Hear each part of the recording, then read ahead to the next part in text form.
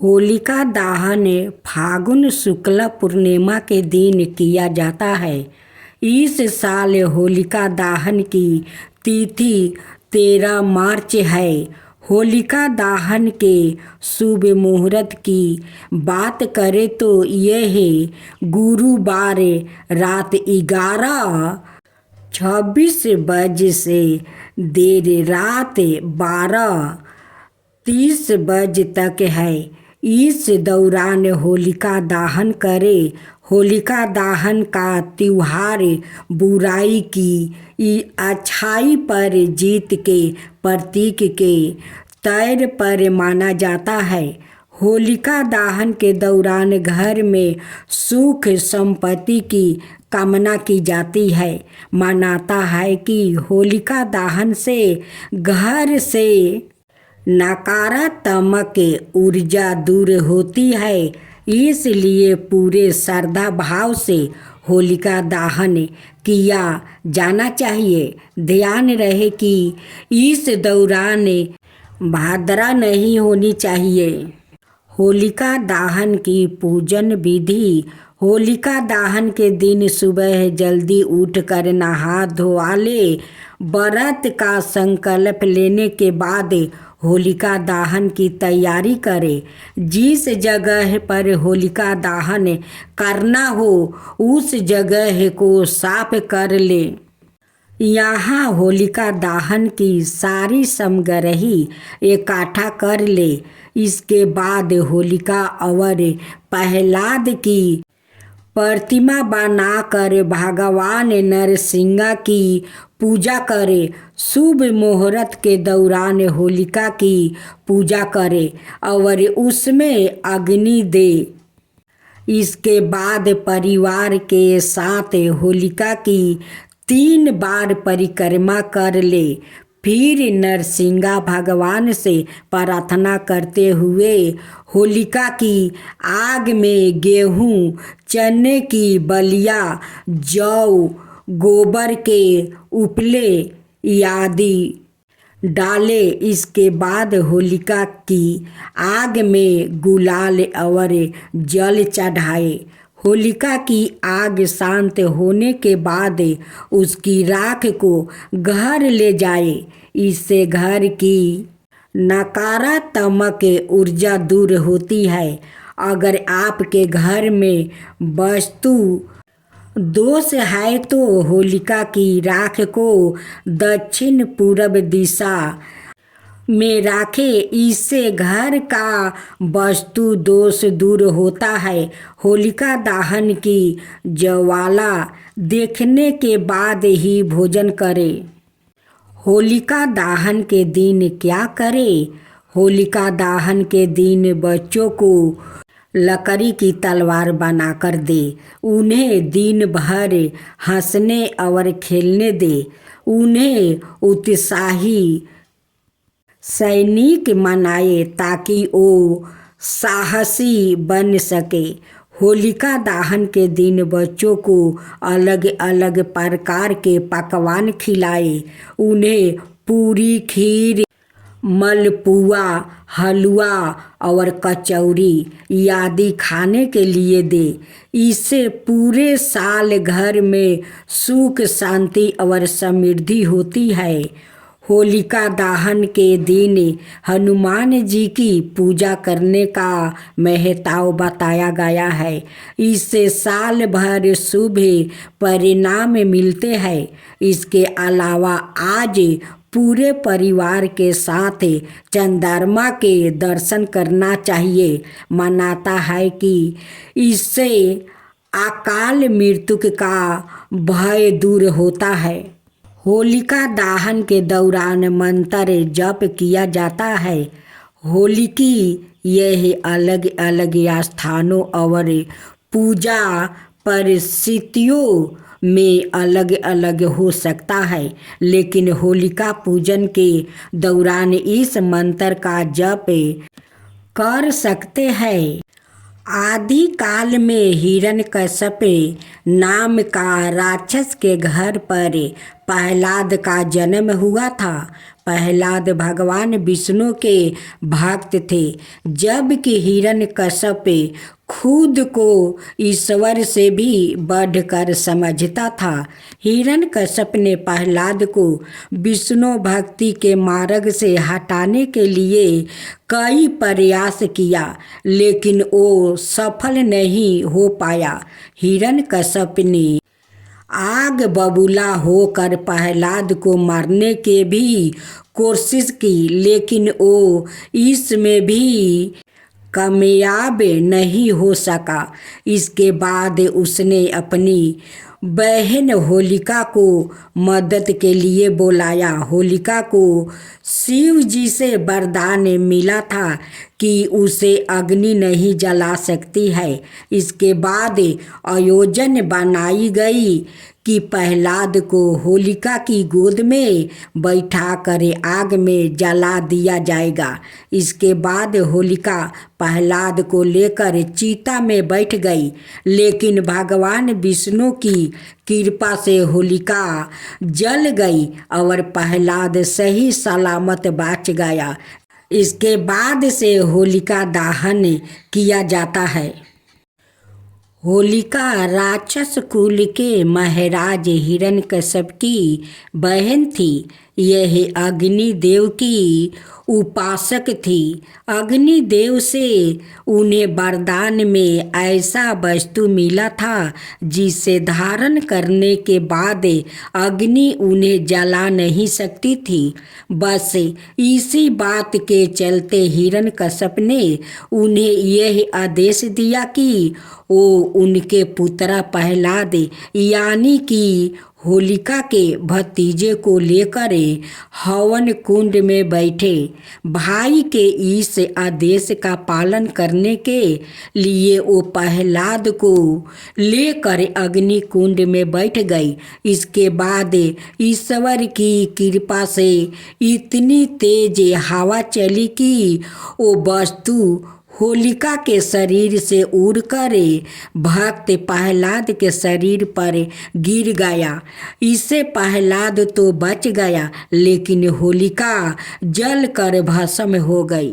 लेकिन होलिका के अग्नि में बैठने के पीछे जो कथा है उसे कम लोग ही जानते हैं। कथा के अनुसार होलिका इलोजनी नाम के राजकुमार से प्रेम करती थी। इन दोनों ने विवाह की योजना भी बना ली थी। फागुन पूर्णिमा के दिन इलोजी बारात लेकर होलिका से विवाह करने आने वाला था, लेकिन किस्मत को कुछ और ही मंजूर था। हिरण्यकश्यप ने होलिका को आदेश दिया कि वो प्रहलाद को अपनी गोद में लेकर चिता पर बैठ जाए। अग्निदेव के वरदान के कारण तुम्हें कुछ नहीं होगा, लेकिन प्रहलाद जल जाएगा। होलिका इस कीर काम के लिए तैयार नहीं हुई, तो हिरण्यकश्यप ने होलिका को यह भय दिखाया कि अगर उसने आदेश का पालन नहीं किया तो इलोजी के साथ विवाह नहीं होने देगा और इलोजी को दंडित भी करेगा। अपने प्रेम को बचाने के लिए होलिका ने आदेश का पालन किया और चिता पर प्रहलाद को लेकर बैठ गई, लेकिन चुपके से प्रहलाद को अग्निदेव के वरदान से बचा लिया और खुद जल कर वो खाक हो गई। इलोजी इन सब बातों से अनजान था। जब होलिका से विवाह करने बारात लेकर आया तो सामने होलिका की राख देखकर व्याकुल हो उठा और हदसा होकर वन में चला गया। आज आप सुने सत्यनारायण भगवान की व्रत कथा।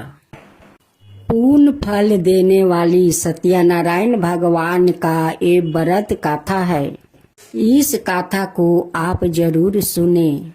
इस सत्यनारायण भगवान की गाथा सुनने से आपका घर में सुख सुविधा, सत्यनारायण भगवान हमेशा आपका घर में भरे रहेंगे, कभी कमी नहीं होने देंगे। तो भक्त जनों, इस सत्यनारायण भगवान का गाथा आप जरूर सुने।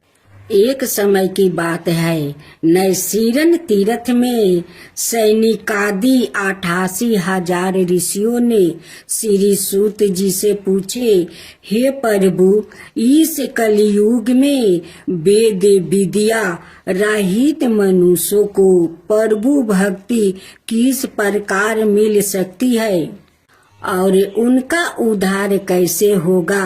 हे मुनि श्रेष्ठ, कोई ऐसा तप बताइए जिससे थोड़े समय में ही पुण्य मिले और मन बचित फल भी मिल जाए। इस प्रकार की गाथा सुनने की हम इच्छा रखते हैं।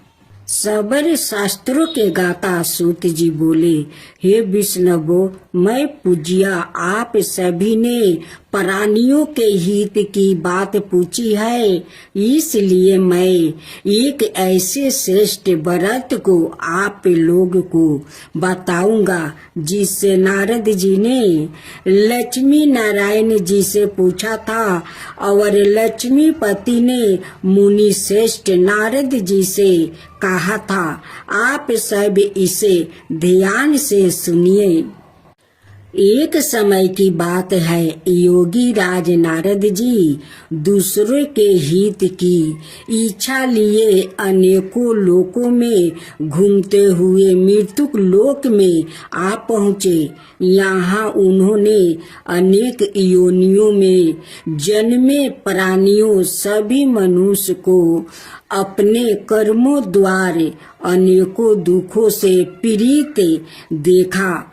उनका दुख देखे नारद जी सोचने लगे कि कैसे यत्न किया जाए जिसके करने से निश्चित रूप से मानव के दुखों का अंत हो जाए। इसी विचार पर मनन करते हुए वो विष्णु लोक में चला गए। वहाँ वो देखा एक ईश्वर भगवान नारायण की स्तुति करने लगे, जिनके हाथों में शंख चक्रा गदा और परदुम थे, गले में वरमाला पहने हुए थे। स्तुति करते हुए नारद जी बोले, हे भगवान, आप अत्यंत शक्ति से संपन्न है। मन और वाणी भी आपको भी नहीं पा सकती है। आपका यादि मध्यम और अंत नहीं है। निर्णय स्वरूप सृष्टि के कारण भक्तों के दुख को दूर करने वाले आपको मेरा नमस्कार है। नारद जी की स्तुति सुन विष्णु भगवान बोले, हे मुनि श्रेष्ठ, आपके मन में क्या बात है? आप किस काम के लिए पधारे हैं? उसे निसंकोच कहो। इस पर नारद मुनि बोले कि मृत्यु लोक में अनेक योनियों में जन्मे मनुष्य अपने कर्मों के द्वारा अनेकों दुख से दुखी हो रहे हैं। हे नाथ, आप मुझ पर दया रखते हैं तो बताइए कि वो मनुष्य थोड़े प्रयास से ही अपने दुखों से कैसे छुटकारा पा सकते हैं। श्री हरि बोले, हे नारद, मनुष्यों की भलाई के लिए तुमने बहुत अच्छी बात पूछी है, जिसके करने से मनुष्यों मोह से छूट जाता है। वो बात मैं कहता हूँ, उसे सुनो।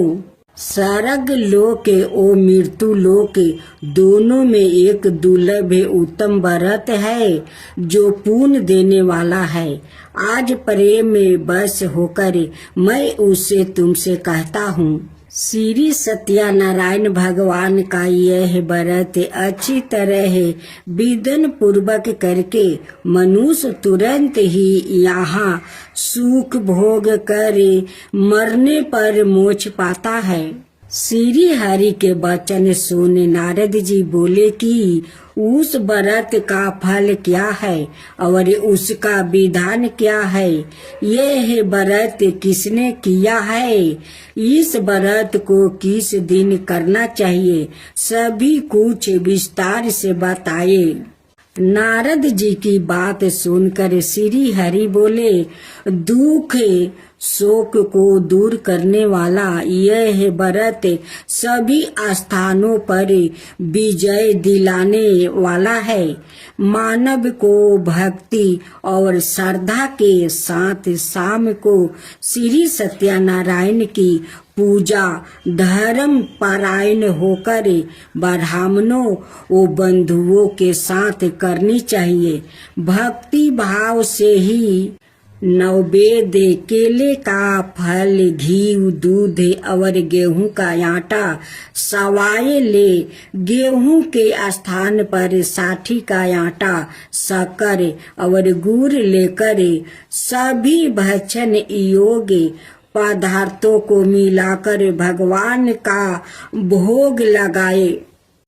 ब्राह्मणों सहित बंधु बंधुओं को भी भोजन कराए। उसके बाद सवाए भोजन करे।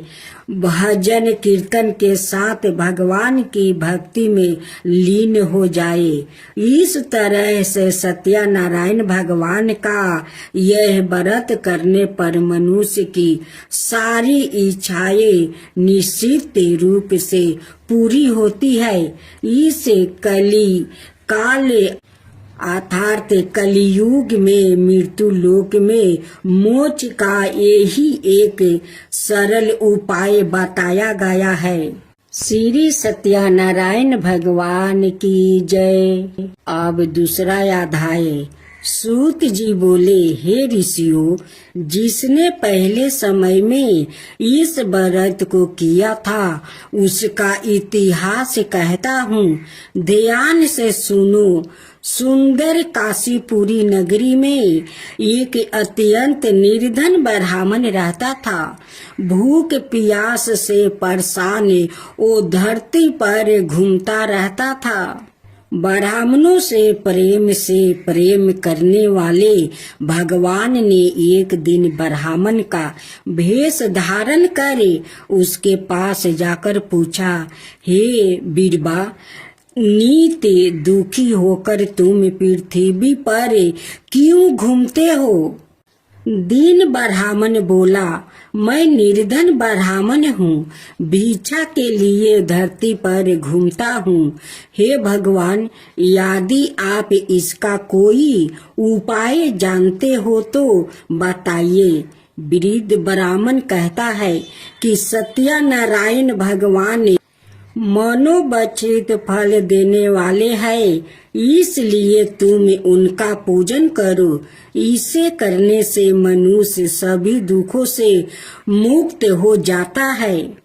वृद्ध ब्राह्मण बन कर आया सत्यनारायण भगवान उस निर्धन ब्राह्मण को व्रत का सारा विधान बताकर अंतर्ध्यान हो गया।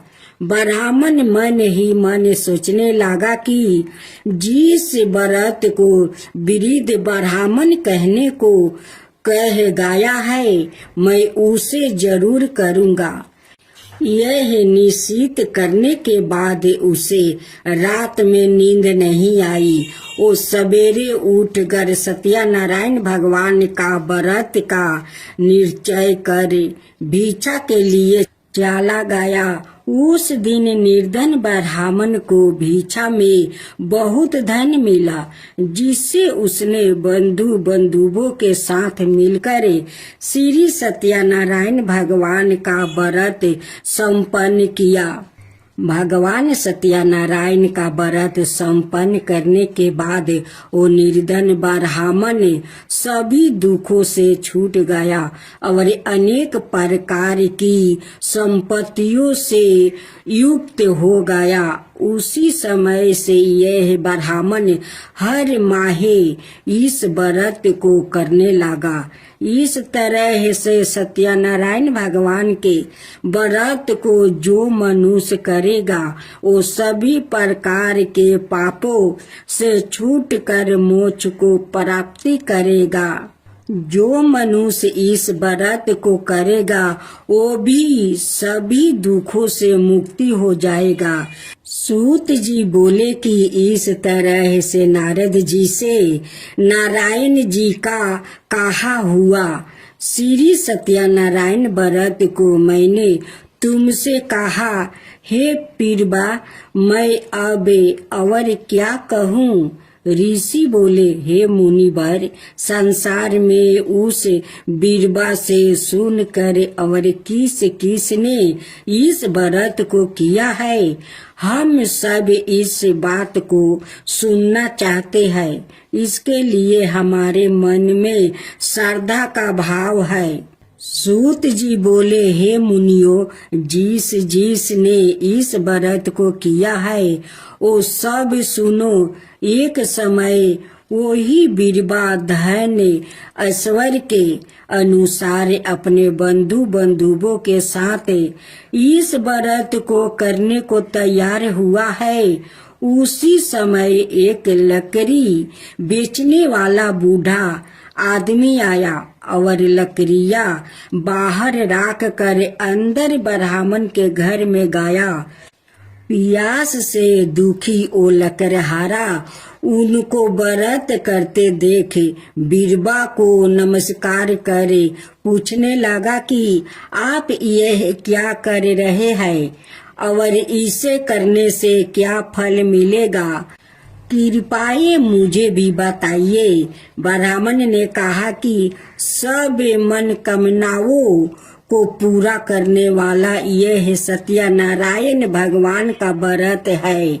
इसकी कृपा से ही मेरे घर में धन धनाए आदि की वृद्धि हुई है। बीरबा से सत्यनारायण व्रत के बारे में जानकर लकड़हारा बहुत प्रसन्न हुआ। चानर मिरित लेकर प्रसाद खाने के बाद वो अपने घर गया। लकड़हारा ने अपने मन में संकल्प किया कि आज लकड़ी बेचने से जो धन मिलेगा उसी से सत्यनारायण भगवान का उत्तम व्रत करूंगा। मन में इस विचार को ले वृद्ध आदमी सिर पर लकड़ियां राखे उस नगर में बेचने गया जहाँ धनी लोग ज्यादा रहते थे। उस नगर में उसे अपनी लकड़ियों का दाम पहले से 4 गुना अधिक मिलता है। वृद्धा प्रसन्नता के साथ दाम लेकर केले, शक्कर, घी, दूध, दही और गेहूं का आटा ले और सत्यनारायण भगवान के व्रत की अनाय सामग्री लेकर अपने घर गया। वहां उसने अपने बंधु बंधुओं को बुलाकर विधि विधान से सत्यनारायण भगवान का पूजा और व्रत किया। इस व्रत के प्रभाव से वो वृद्ध लकड़हारा धन पुत्र आदि से युक्त होकर संसार के समस्त दुख भोग अंत काल में वैकुंठ धाम चला गया। श्री सत्यनारायण भगवान की जय। गौर गणेश जी की जय। सूत जी बोले, हे श्रेष्ठ मुनियों, अब आगे की कथा कहता हूँ। पहले समय में उल्लेख मुख्य नाम का एक बुद्धिमान राजा था। वो सत्य भक्त और जितेंद्रिय था। प्रतिदिन देव स्थानों पर जाता और निर्धनों को धन देकर उनके कष्ट दूर करता था। उसकी पत्नी कमला के सामने मुख वाली और सती साध्वी थी। भरदाशिला नदी के तट पर उन दोनों ने श्री सत्यनारायण भगवान का व्रत किया। उसी समय साधु नाम का एक वेश्या आया। उसके पास व्यापार करने के लिए बहुत सा धन भी था। राजा को व्रत करते देखकर वो विनय के साथ पूछने लगा, हे राजन, भक्ति भाव से पूर्ण होकर आप यह क्या कर रहे हैं? मैं सुनने की इच्छा रखता हूँ, तो आप मुझे बताइए। राजा बोला, हे साधु, अपने बंधु बंधुओं के साथ पुत्रादि की प्राप्ति के लिए एक महान शक्तिमान सत्यनारायण भगवान का व्रत वो पूजन कर रहा हूँ। राजा के वचन सुन साधु आदर से बोला, हे राजन, मुझे इस व्रत का सारा विधान कहिए। आपके कथन अनुसार मैं भी इस व्रत को करूँगा। मेरी भी संतान नहीं है और इस व्रत को करने से निश्चित रूप से मुझे संतान की प्राप्ति होगी। राजा से व्रत का सारा विधान सुन व्यापार से निमृत हो वो अपने घर गया। साधु वेश्या ने अपनी पत्नी को संतान देने वाले इस व्रत का वर्णन कह सुनाया और कहा कि जब मेरी संतान होगी तब मैं इस व्रत को करूँगा। साधु ने इस तरह के वचन अपनी पत्नी लीलावती से कहे। एक दिन लीलावती पति के आनंदित हो सांसारिक धर्म में परावृत होकर सत्यनारायण भगवान की कृपा से गर्भवती हो गई। 10वें महीने में उसके गर्भ से एक सुंदर कन्या ने जन्म लिया। दिनों दिन वो ऐसे बढ़ने लगी जैसे कि शुक्ल पक्ष का चंद्रमा बढ़ता है। माता पिता ने अपनी कन्या का नाम कालावती रखी।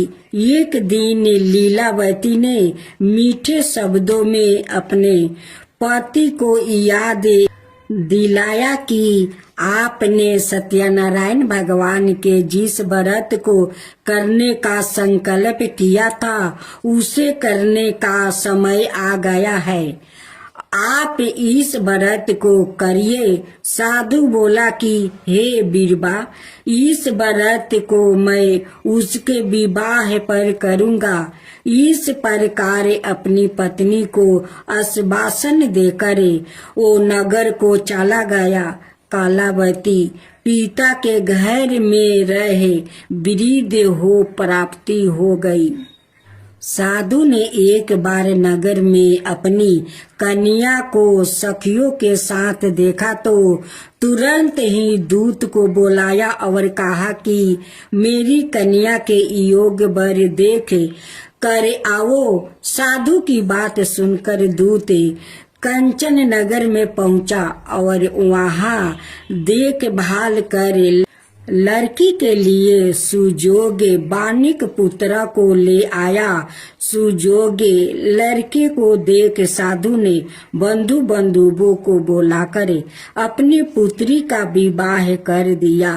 लेकिन दुर्भाग्य की बात यह है कि साधु ने अभी भी श्री सत्यनारायण भगवान का व्रत नहीं किया। इस पर श्री भगवान क्रोधित हो गए और श्राप दे दिया कि साधु को अत्यधिक दुख मिले। अपने कार्य में कुशल साधु विनय जमाई को लेकर समुद्र के पास स्थित होकर रत्नासरपुर नगर में गया। वहां जाकर दामाद ससुर दोनों मिलकर चंद्रकेतु राजा के नगर में व्यापार करने लगे।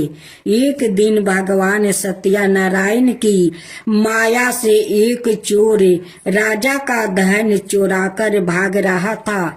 उसने राजा के सिपाहियों को अपनी पीछा करते देखे चोराया हुआ धन वहां रख दिया जहां साधु अपने जमाई के साथ ठहरा हुआ था। राजा के सिपाहियों ने साधु वेश्या के पास राजा का धन पारा देखा तो वो ससुर जमाई दोनों को बांध कर प्रसन्नता से राजा के पास ले गया और कहा कि उन दोनों चोरों हम पकड़ लिया है, आप आगे की कार्रवाई की आज्ञा दे। राजा की आज्ञा से उन दोनों को कठिन कारावास में डाल दिया गया और उनका सारा धन भी उसे छीन लिया गया। श्री सत्यनारायण भगवान के श्राप से साधु की पत्नी भी बहुत दुखी हुई। घर में जो धन रखा था उसे चोर चुरा ले गया। शारीरिक और मानसिक पीड़ा, वो भूख प्यास से अति दुखी हो अन्न की चिंता में कालापति के ब्राह्मण के घर गई। वहां उसने श्री सत्यनारायण भगवान का व्रत होते देखा, फिर कथा भी सुनी। वो प्रसाद ग्रहण कर वो रात को घर वापस आई। माता के कालापति से पूछा कि हे पुत्री, अब तक तुम कहाँ थी, तेरे मन में क्या है? कालावती ने अपनी माता से कहा, हे माता, मैंने एक ब्राह्मण के घर में श्री सत्यनारायण भगवान का व्रत देखा है। कन्या के वचन सुन लीलावती भगवान के पूजन की तैयारी करने लगी।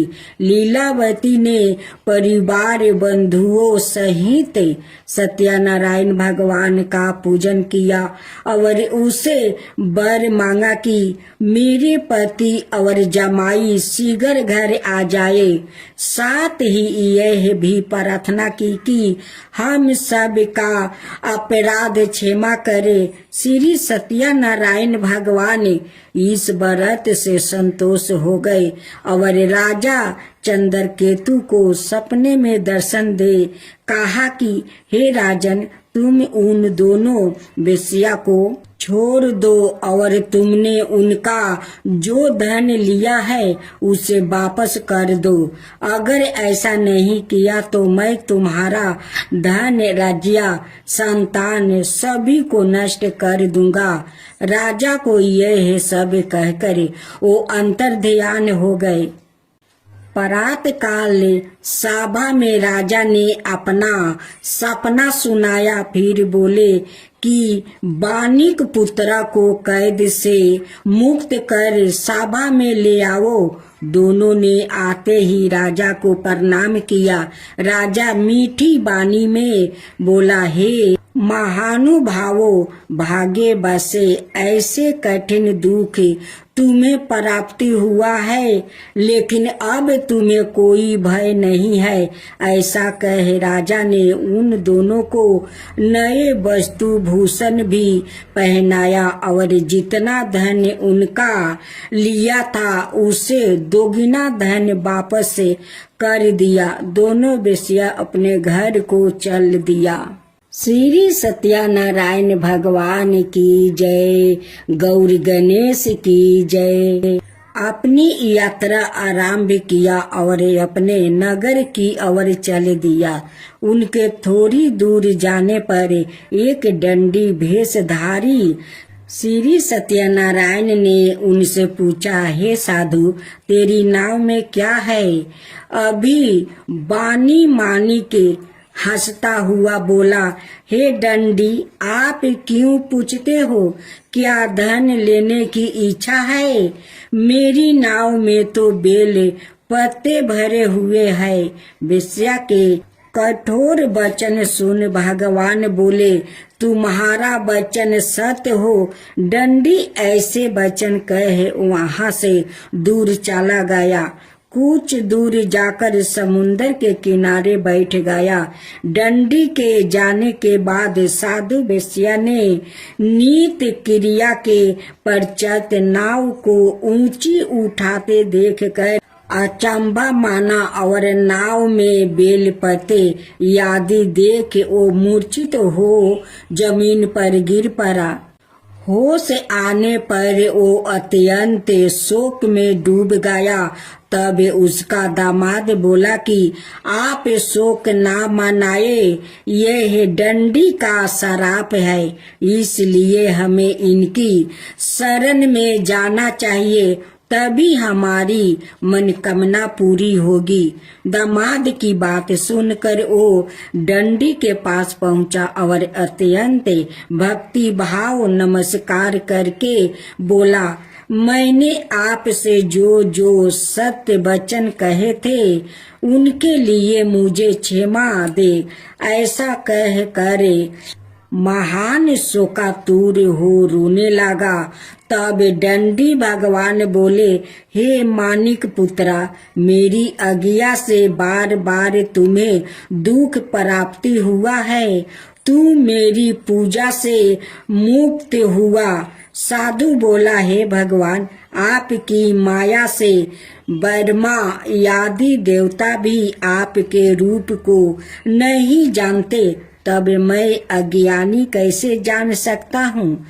अगर आप प्रसन्न है तो अब मैं समर्थ के अनुसार आपकी पूजा करूँगा, मेरी रक्षा करो और पहले के समान नौका में धन भर दो। साधु वेश्या के भक्ति पूर्वक वचन सुनकर भगवान प्रसन्न हो गए और उसकी इच्छा अनुसार वरदान देकर अंतर ध्यान हो गए। ससुर जमाई जब नाव पर आया तो नाव धन से भरी हुई थी। फिर वही अपने अन्यायी साथियों के साथ सत्यनारायण भगवान का पूजन कर अपने नगर को चल दिया। जब नगर के नजदीक पहुँचे तो दूत को घर पर खबर करने के लिए भेज दिया। दूत साधु की पत्नी को प्रणाम कर कहता है कि मालिक अपने दामाद सहित नगर के निकट आ गए हैं। दूत की बात सुन साधु की पत्नी लीलावती ने बड़े हर्ष के साथ सत्यनारायण भगवान का पूजन कर अपनी पुत्री कालावती से कहा कि मैं अपने पति के दर्शन को जाती हूँ, तू कार्य पूरा करे, शीघ्र आ जा। माता के ऐसे वचन सुन कालावती जल्दी से प्रसाद छोड़ अपने पति के पास चली गई। प्रसाद की अवज्ञा के कारण श्री सत्यनारायण भगवान रूठ हो गए और नाव सहित उसके पति को पानी में डुबा दिया। कालावती अपने पति को वहां ना पाकर रोती हुई जमीन पर गिर गई। नौका को डूबा हुआ देख वो कन्या को रोता देख साधु दुखी होकर बोले कि हे प्रभु, मुझसे और मेरे परिवार से जो भूल हुई है उसे क्षमा करे। साधु के दीन वचन सुनकर श्री सत्यनारायण भगवान प्रसन्न हो गए और आकाशवाणी हुई, हे साधु, तेरे कन्या मेरे प्रसाद को छोड़कर आई है, इसलिए उसका पति अदृश्य हो गया है। यदि वो घर जाकर प्रसाद खाकर लौटती है तो इसे उसका पति अवश्य मिलेगा। ऐसी आकाशवाणी सुन कालावती घर पहुंचकर प्रसाद खाती है और फिर आकर अपने पति के दर्शन करती है।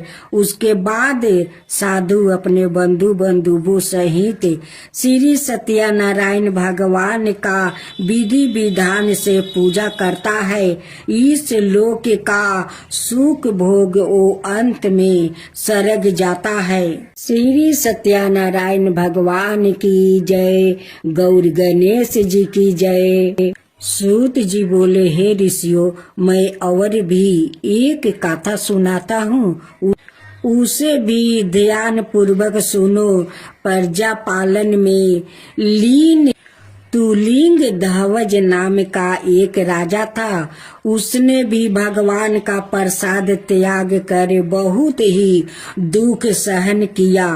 एक बार वन में जाकर वन पशुओं को मार कर ओ बर के पेड़ के नीचे आया। वहां उसने ग्वालों को भक्ति भाव से अपने बंधुओं सहित सत्यनारायण भगवान का पूजन करते देखा। अभिमान वश राजा ने उन्हें देख कर भी पूजा स्थान में नहीं गया और ना ही उसने भगवान को नमस्कार किया। ग्वालों ने राजा को प्रसाद दिया, लेकिन उसने वो प्रसाद नहीं खाया और प्रसाद को वो ही छोड़े वो अपने नगर को चला गया। जब वो नगर में पहुंचा तो वहाँ सब कुछ तहस नहस हुआ पाया। तो वो शीघ्र ही समझ गया कि यह सब भगवान ने ही किया है। वो दोबारा ग्वाले के पास पहुंचा और विधि पूर्वक पूजा करके प्रसाद खाया तो श्री सत्यनारायण भगवान की कृपा से सब कुछ पहले जैसा हो गया। शीघ्र काल तक सुख भोगने के बाद मरणोपरांत उसे स्वर्ग लोक की प्राप्ति हुई। जो मनुष्य परम दुर्लभ इस व्रत को करेगा तो भगवान श्री सत्यनारायण की अनुकंपा से उसे धन धनाई की प्राप्ति होगी। निर्धन धनी हो जाता है और भय मुक्त हो जीवन जीता है। संतानहीन मनुष्य को संतान सुख मिलता है और सारे मनोरथ पूर्ण होने पर मानव अंत काल में वैकुंठ धाम को जाता है। सूत जी बोले, जिन्होंने पहले इस व्रत को किया है अब उनके दूसरे जन्म की कथा कहता हूँ। वृद्ध सातानंद ब्राह्मण ने सुदामा का जन्म लेकर मोक्ष की प्राप्ति की। लकड़हारा ने अगले जन्म में निषाद बनकर मोक्ष प्राप्ति किया। उल्लेख मुख नाम का राजा दशरथ होकर वैकुंठ को गया। साधु नाम के वेश्या ने मोर धवाजा बनकर अपने पुत्रा को आरे से चीर कर मोक्ष पाया। महाराज तुलंग धवाज ने स्वाभूप होकर भगवान में भक्ति युक्त हो कर्म कर मोक्ष पाया। श्री सत्यनारायण भगवान की जय। गौर गणेश की जय। गणेश जी रिद्धि सिद्धि के देवता और विघ्न विनाशक देवता है, जो पूजा अर्चना से प्रसन्न होकर भक्त की हर बाधा को दूर करे, सुख सौभाग्य और धन धनाई के भंडार भर देते हैं। उनकी दयाशीलता और दानशीलता को लेकर काफी कथाएं भी प्रचलित है, जिनमें एक बुढ़िया से खीर खाने की लोक कथा काफी प्रसिद्ध है। गणेश जी और खीर की कहानी। एक बार गणेश जी ने पृथ्वी के मनुष्यों को परीक्षा लेने का विचार किया। वो अपना रूप बदल कर पृथ्वी पर भ्रमण करने लगे। उन्होंने एक बालक का रूप बना लिया और एक हाथ में एक चमचा में दूध ले लिया और दूसरे हाथ में एक चुटकी चावल ले लिया और गली गली घूमने लगे।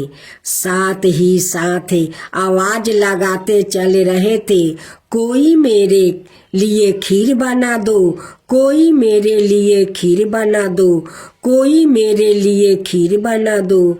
कोई भी उन पर ध्यान नहीं दे रहा था, बल्कि लोग उन पर हंस रहे थे। वो लगातार एक गांव के बाद दूसरे गांव इसी तरह चक्कर लगाते हुए पुकारते रहे, पर कोई खीर बनाने के लिए तैयार नहीं था। सुबह से शाम हो गई, गणेश जी लगातार घूम रहे। एक बुढ़िया थी, शाम के वक्त अपनी झोपड़ी के बाहर बैठी हुई थी। तभी गणेश जी वहाँ से पुकारते हुए निकले कि कोई मेरी खीर बना दे, कोई मेरी खीर बना दे। बुढ़िया बहुत कोमल दया वाली स्त्री थी। उन्होंने कहा, बेटा मैं तेरी खीर बना देती हूँ। गणेश जी ने कहा, माई अपने घर में से दूध और चावल लेने के लिए बर्तन लाओ। बुढ़िया एक कटोरी लेकर जब झोपड़ी का बाहर आई तो गणेश जी ने कहा, अपने घर का सबसे बड़ा बर्तन लेकर आओ। बुढ़िया को थोड़ी झंझलाहट हुआ, पर उसने कहा, चलो बच्चे का मन राख लेती हूँ। और अंदर जाकर वो अपने घर से सबसे बड़ा पतीला लेकर बाहर आई। गणेश जी ने चमचे में से दूध पतीले में ढालने शुरू किया। तब बुढ़िया के आश्चर्य की सीमा नहीं रही। तब उसने देखा दूध से पूरा पतीला भर गया है। एक के बाद एक वो बर्तन झोपड़ी बाहर लाती गई और उसमें गणेश जी दूध भरते चले गए। इस तरह से घर के सारे बर्तन दूध से लबालब भर गया। गणेश भगवान ने बुढ़िया से कहा, मैं स्नान करके आता हूँ, तब तक तुम खीर बना लो, मैं आपस आकर खाऊंगा। बुढ़िया ने पूछा, मैं इतनी सारी खीर का क्या करूं? इस पर गणपति जी बोले, सारे गांव को दावत दे दो। बुढ़िया ने बड़े प्यार से मन लगाकर खीर बनाई। खीर की भीनी भीनी मीठी मीठी खुशबू चारों दिशाओं में फैल गई। खीर बनाने के बाद वो हर घर में जाकर खीर खाने का न्योता देने लगी। लोग उस पर हंस रहे थे। बुढ़िया के घर में खाने को दाना नहीं है और यह सारे गांव को खीर खाने की दावत दे रही है। लोगों को कुतूहल हुआ और खीर की खुशबू से लोग खींचे चले आए। लो, सारा गांव बुढ़िया के घर में इकट्ठा हो गया। जब बुढ़िया की बहू को दावत की पता मालूम हुई, तब वो सबसे पहले वहां पहुंच गई। उसने खीर से भरे पतीलों को जब देखा तो उसके मुंह में पानी आ गया। उसे बड़ी जोर से भूख लगी हुई थी। उसने एक कटोरी में खीर निकाल ली और दरवाजे के पीछे बैठकर खाने की तैयारी करने लगी। इसी बीच एक छींटा गिर गया और गणपति जी को भोग लग गया और वो प्रसन्न हो गए अब पूरे गांव को खाने की दावत देकर बुढ़िया वापस अपने घर आई तो उसने देखा बालक वापस आ गया था। बुढ़िया ने कहा, बेटा खीर तैयार है, भोग लगा लो। गणपति जी बोले, माँ भोग तो लाग चुका है, मेरा पेट पूरी तरह से भर गया है, मैं दिरपीत हूँ, अब तू खा ले, अपने परिवार और गांव वालों को खिला दे। बुढ़िया ने कहा, यह तो बहुत ज्यादा है, सबका पेट भर जाएगा, इसके बाद भी यह बच जाएगी, उस बीच खीर का मैं क्या करूंगी। इस पर गणेश जी बोले, इस बीच खीर को रात में अपने घर के चारों कोने में रख देना। और बुढ़िया ने ऐसा ही किया। जब सारा गांव जी भर कर खा चुका तब भी ढेर सारी खीर बच गई। उसने उसके पात्रों को अपने घर के चारों तरफ रख दिया। सुबह उठकर उसने क्या देखा, पतीलों में खीर के स्थान पर हीरे जवाहरात और मोती भर गया है। वो बहुत खुश हुई, उसकी सारी दलीदरता दूर हो गई और वो आराम से रहने लगी। उसने गणपति जी का एक भाव मंदिर बनवाया और साथ में एक बड़ा सा तालाब भी खुदवाया। इस तरह उसका नाम दूर दूर तक प्रसिद्ध हो गया। उस जगह वार्षिक मेले लगने लगे। लोग गणेश जी की कृपा प्राप्ति करने के लिए उस स्थान पर पूजा करने और मन्नत मांगने के लिए आने लगे। गणेश जी सबकी मनोकामना पूरी करने लगे। हे गणेश भगवान, जैसे आप उस बुढ़िया पर कृपा किया वैसा ही सब पर करना। कहानी कहने वाला, हुंकार भरने वाला, सुनने वाला, उनकी सारे परिवार पर कृपा करना, अड़ोस पड़ोस पर कृपा करना, सारा दुनिया पर कृपा करना। तो बोलो गणेश भगवान की जय, गणपति पप्पा की जय। अब गणेश भगवान की व्रत कथा।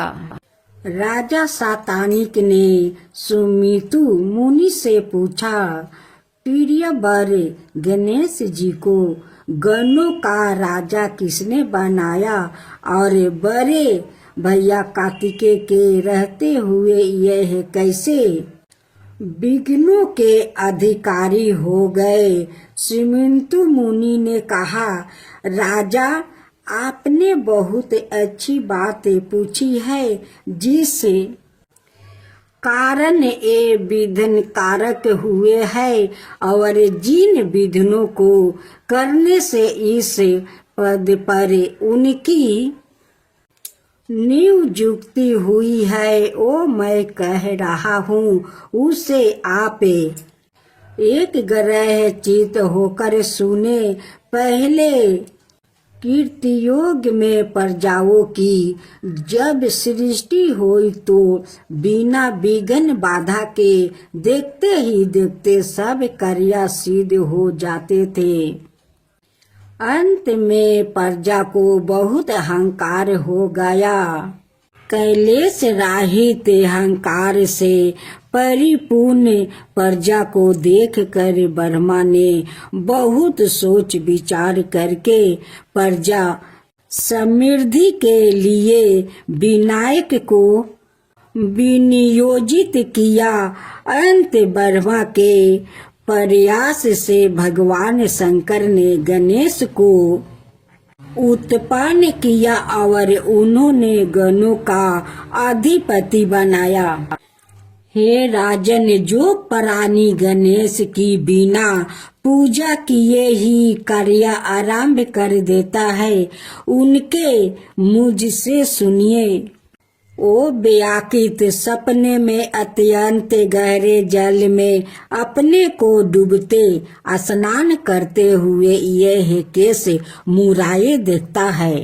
कासाए बस्तर से आच्छादित और हिस्सक बेयागिर्दी पशुओं पर अपने को चढ़ाता हुआ देखता है। अत्यंज गर्भ और ऊंट आदि पर चढ़ाकर परिजनों से घेरा वो अपने को जाता हुआ देखता। हीन जो मानव किकरा पर बैठकर अपने को जल की तरंगों के बीच गाया हुआ देखता है और पैदल चल रहे लोगों से घेर कर यमराज के लोक को जाता है और जाते हुए अपने को सपने में देखता है। वो खुद ही अत्यंत दुखी होता है। जो राजकुमार सपने में अपने चिता और आकृति को विकृति रूप में अब स्थित कर वीर के फूलों की माला से विभूषित देखता है, वो उन भगवान विघ्नेश के द्वारे विघ्न उत्पन्न कर देने के कारण पूर्व वंशानुगत प्राप्त रज्या को प्राप्त नहीं कर पाता, वैसे को व्यापार में लाभ नहीं प्राप्त होता है और कृषक को कृषि कार्य में पूरी सफलता नहीं मिलती। इसलिए राजन ऐसे अशुभ सपनों को देखने पर भगवान गणपति की प्रसन्नता के विनायक विनायक शांति करना चाहिए। विनायक की जय हो, विनायक जी की जय हो। अब आप सुनेंगे तुलसी की गाथा। तुलसी से जोड़ी एक गाथा बहुत प्रचलित है। श्री मध्य देवी भगवत पुराण में इनके अवतार की दिव्य लीला गाथा भी बनाई गई है। एक बार शिव ने अपने तेज को समुद्र में फैला दिया था। उससे एक महातेजस्वी बालक ने जन्म लिया। यह बालक आगे चलकर जलंधर के नाम से पराक्रमी दैत्य राजा बना। इसकी राजधानी का नाम जलंधर नगरी था।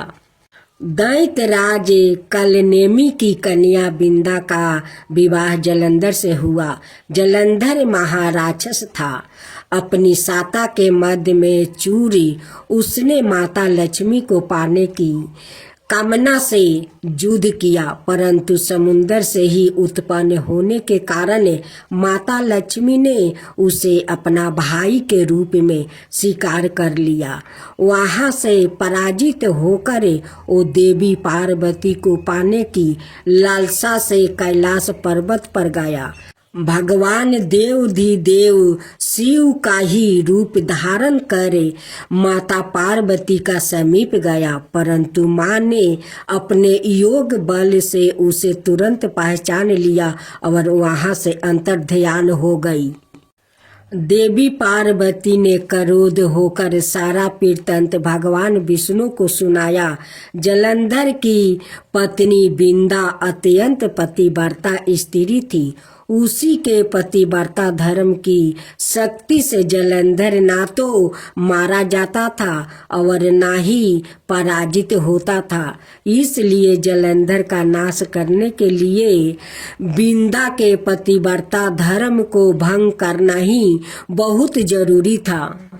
इसी कारण भगवान विष्णु ऋषि का भेष धारण कर वन में जा पहुँचे, जहाँ बिंदा अकेली बर्मन कर रही थी। भगवान के साथ 2 मायावीर राक्षस भी थे, जिन्हें देखकर बिंदा भयभीत हो गई। ऋषि ने बिंदा के सामने पल में दोनों को भस्म कर दिया। उनकी शक्ति देखकर बिंदा ने कैलाश पर्वत पर महादेव के साथ युद्ध कर रहे अपने पति जलंधर के बारे में पूछा। ऋषि ने अपने माया जाल से 2 बांदर प्रकट किया। एक बांदर के हाथ में जलंधर का सिर था और दूसरे के हाथ में धर। अपने पति की यह दशा देखकर बिंदा मूर्छित होकर गिर पड़ी। होश में आने पर उन्होंने ऋषि रूपी भगवान से विनती की कि वो उसके पति को जीवित करे। भगवान ने अपनी माया से पूर्ण जलंधर का सिर धड़ से जोड़ दिया, परंतु सवाए भी वो उसी शरीर में प्रवेश कर गया। बिंदा को इस छल का जरा आभास नहीं हुआ। जलंधर बने भगवान के साथ बिंदा पतिव्रता का व्यवहार करने लगी, जिससे उसकी पतिव्रता भंग हो गया। ऐसे होते ही बिंदा का पति जलंधर युद्ध में हार गया। इस सारी लीला का जब बिंदा को पता चला तो उसने क्रोध होकर भगवान विष्णु को शीला होने का श्राप दे दिया और सवाए सती हो गई। जहाँ बिंदा भस्म हुई वहाँ तुलसी का पौधा उगा। भगवान विष्णु ने बिंदा से कहा, हे बिंदा, तुम अपने सती व्रता के कारण मुझे लक्ष्मी से भी अधिक प्रिया हो गई हो। अब तुम तुलसी के रूप में सदा मेरे साथ रहोगी। जो मनुष्य भी मेरे शालिग्राम रूप के साथ तुलसी का विवाह करेगा उसे इस लोक और परलोक में विपुल यश प्राप्ति होगा। जिस घर में तुलसी होती है वहाँ यम के दूत भी असमय नहीं जा सकते। गंगा ओ नर्मदा के जल से स्नान अथवा तुलसी का पूजन बराबर माना जाता है।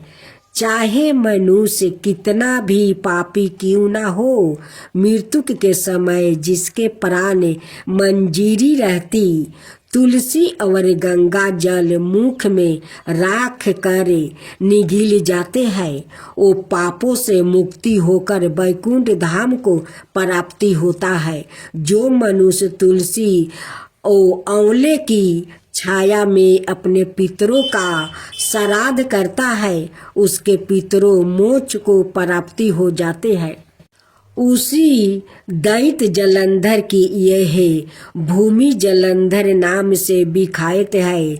सती बिंदा का मंदिर मोहल्ला कोट किशनचंद में स्थित है। कहते हैं इस स्थान पर एक प्राचीन गुफा थी जो सीधी हरिद्वार तक जाती थी।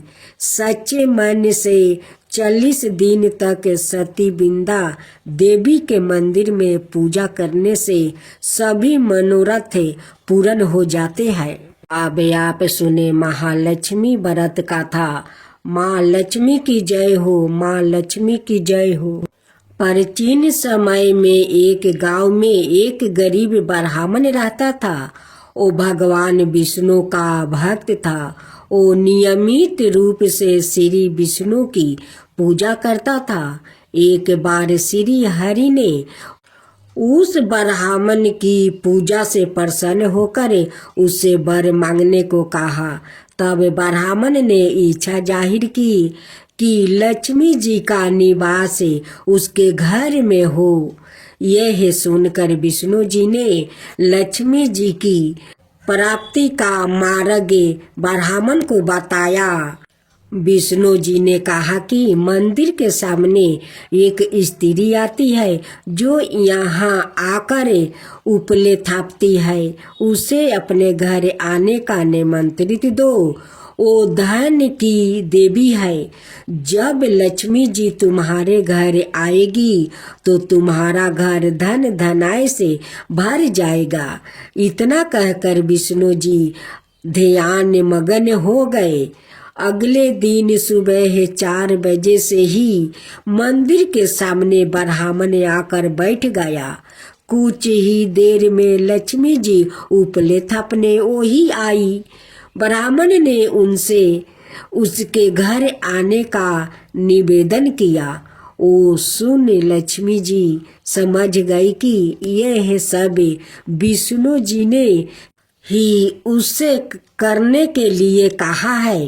तब उन्होंने ब्राह्मण से कहा कि तुम महालक्ष्मी व्रत करो। यह व्रत 16 दिन तक व्रत करने और 16वां दिन रात को चंद्रमा को अर्घ देने के बाद ही तुम्हारा मनोरथ पूरा होगा।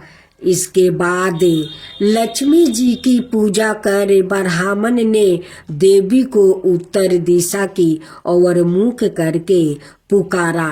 उसकी तपस्या से प्रसन्न होकर माल अपना वचन पूरा किया। तब से ही यह व्रत पूरी श्रद्धा किया जाता है। ऐसा करने से व्यक्तियों को माँ का आशीर्वाद प्राप्ति होता है। महालक्ष्मी व्रत का महत्व।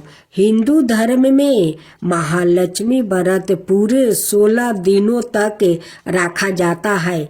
हालांकि यह निर्जला व्रत नहीं होता है, लेकिन अन्न ग्रहण करने की मनाही होती है। आप इस व्रत में फलाहार कर सकते हैं। 16वां दिन व्रत का उद्यापन किया जाता है। यदि आप 16 दिन तक महालक्ष्मी व्रत करने में असमर्थ है तो शुरुआत के 3 यह आखिरी के 3 व्रत रख सकते हैं। इससे लोग की सभी मनोकामनाएं जल्दी ही पूरी होती है और घर में सुख समृद्धि का वास होता है।